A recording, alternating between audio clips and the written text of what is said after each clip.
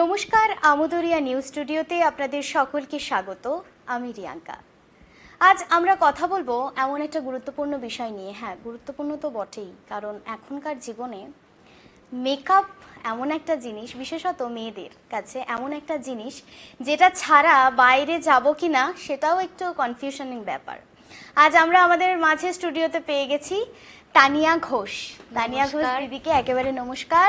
কেমন আছো আগে বলো? খুব ভালো আছি, তুমি কেমন আছো? খুব ভালো আছি, তোমাদের ভালোবাসায় আছি আর কি। একেবারে তাই। আজ দিদির সাথে কথা বলবো এবং অনেক রকমের অনেক কিছু জানবো। তার আগে তোমাকে আমি ছোট ছোট কিছু প্রশ্ন করি, সেটা তুমি খুব সংক্ষেপে আমাদেরকে বলবে, কেমন? এই যে প্রথমে কথাটা বললাম যে মেকআপ, তাই না? এখনকার যেই জেনারেশন, মানে মেকআপ ছাড়া আমরা কোথাও বেরোবো কিনা এটা পুরোই কনফিউজিং ব্যাপার একটা, তাই তো? কিন্তু এত কিছু প্রফেশন থাকতেও অনেক কিছু, তুমি মেকআপটাকে বেছে নিলে কেন?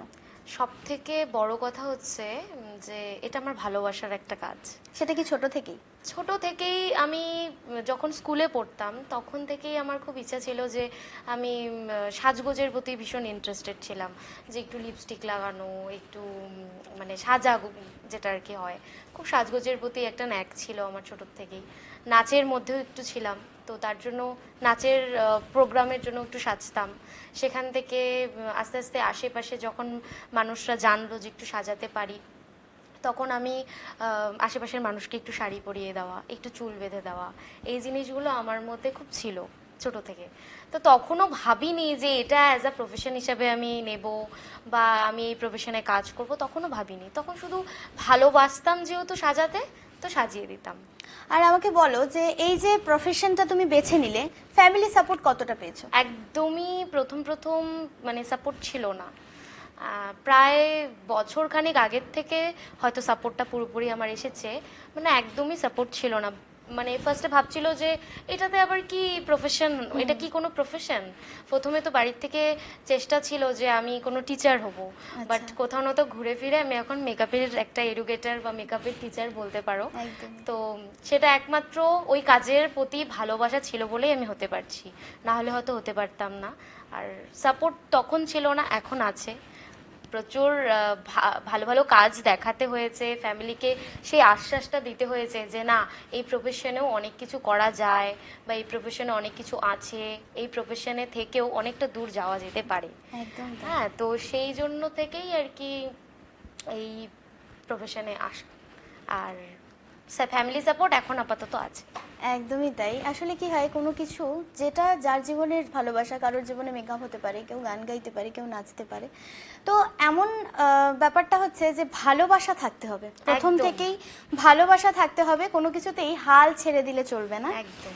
কারণ আমরা যদি সেই চেষ্টাটা চালিয়ে যাই, আমরা একদিন না একদিন সফল হবই, যেটা তোমার ক্ষেত্রে হয়েছে, তাই তো? এখনো সফল হওয়া মনে হচ্ছে, বলে না যে সফল হওয়ার শেষ নেই। আসলেই তাই, কারণ শেখার কোনোদিনও শেষ নেই, শিখতে আমরা সব বয়স, মানে ছোট থেকে বড়, কোনো শেষ নেই। একদম তাই। যেদিন আমরা সাকসেস হয়ে যাব সেদিন বাবা তোমার জার্নি শেষ। হ্যাঁ, আমরা নিজেরা যদি মনে করি যে হ্যাঁ আমি সবটা জেনে গেছি, আমি সবটা পেরে গেছি, সেদিন থেকে আমি জানবো যে আমার জীবনের মানে গতি শেষ। একদমই তাই। এটা সবার ক্ষেত্রেই তাই, শুধুমাত্র আমি তুমি বলে না, সব প্রফেশনেই তাই।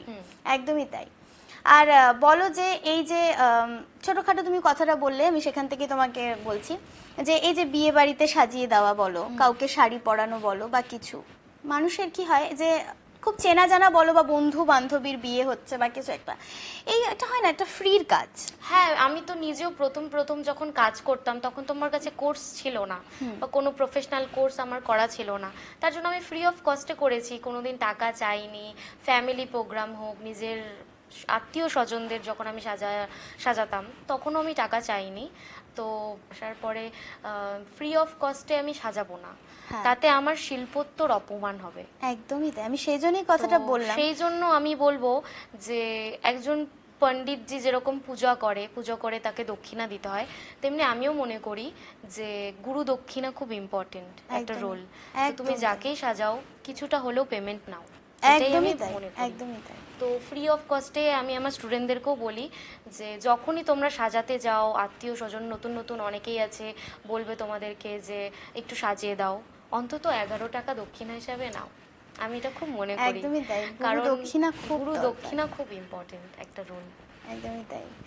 খুব ভালো লাগলো তানিয়াদির সাথে কথা বলে, এবং আপনাদেরও খুব ভালো লেগেছে আশা করি। আসলে সকলের জীবনেই এরকম ছোট ছোট ইনসিডেন্ট কিন্তু থাকে, কারণ মানুষ প্রথমত যখন সফল হয় তার পেছনে অনেক কিছু থাকে। একটা সফল ব্যক্তিকে দেখতে যতটা সুন্দর মনে হয়, তার পেছনের জীবন কাহিনীটা শুনলে বোধহয় জানা যায়, যেটা আমাদের লাইফ কাহিনী বলে, জীবন কাহিনী, তাই তো? একদম। সেই জীবন কাহিনীটা তার সাথে কথা বললে, গল্প করলে, তার ভেতরে প্রবেশ করলে অবশ্যই সেটা জানা যায়। আশা করি আপনাদের ভালো লেগেছে আমাদের আজকের এই এপিসোড, এবং আমাদের সাথে আজকে উপস্থিত ছিলেন তানিয়া ঘোষ, এবং তার জীবনের অনেক কিছু শুনলাম এবং নিজের সাথেও সেটা কিছুটা মেলাতে পারলাম।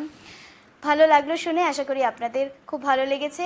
এভাবে আমরা আবারও ফিরে আসব। ততক্ষণের জন্য আপনারা দেখতে থাকবেন আমুদিরা নিউজ, সঙ্গে আমি রিয়াঙ্কা। ধন্যবাদ।